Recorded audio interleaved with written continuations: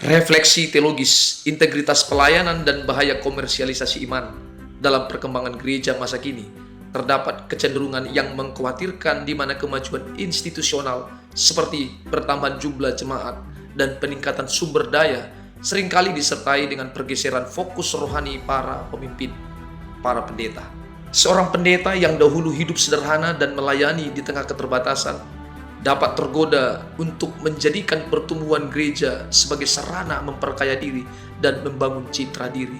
Ketika gaya hidup menjadi semakin mewah dan orientasi pelayanan bergeser kepada kepentingan pribadi, maka sesungguhnya ia sedang berada dalam ancaman besar dari tipu daya bapa segala dusta. Yohanes pasal 8 ayat yang ke-44. Pertumbuhan gereja secara numerik, secara jumlah tidak boleh dimaknai sebagai legitimasi diwariskan untuk gaya hidup hedonistik atau penumpukan kekayaan oleh pelayan Tuhan. Sebaliknya, semakin besar tanggung jawab pelayanan, semakin besar pula panggilan untuk hidup dalam kesederhanaan, keteladanan, dan integritas.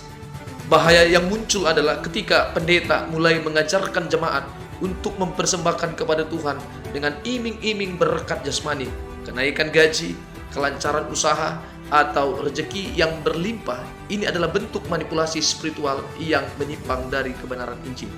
Pengajaran semacam itu menyesatkan karena membentuk relasi transaksional antara manusia dengan Tuhan. Iman Kristen mengajarkan bahwa hidup seseorang seutuhnya adalah persembahan yang kudus dan berkenan kepada Allah. Roma pasal 12 ayat pertama. Dan bukan semata-mata tentang persembahan uang. Jika seseorang telah menyerahkan hidupnya kepada Tuhan, maka kesetiaannya dalam memberi pun akan mengalir sebagai buah dari kasih dan ketaatan, bukan karena dijanjikan imbalan duniawi. Oleh karena itu, tugas utama seorang pendeta adalah menuntun jemaat untuk mengenali identitas mereka di hadapan Allah, bukan sebagai konsumen rohani yang mencari keuntungan, melainkan sebagai penyembah sejati yang mempersembahkan hidupnya sepenuhnya kepada Tuhan. Dari kesadaran itulah kemurahan hati dan ketaatan dalam memberi akan muncul dengan sendirinya, tanpa paksaan, tanpa manipulasi, dan tanpa janji-janji semu. Semoga pendeta itu bukan kita.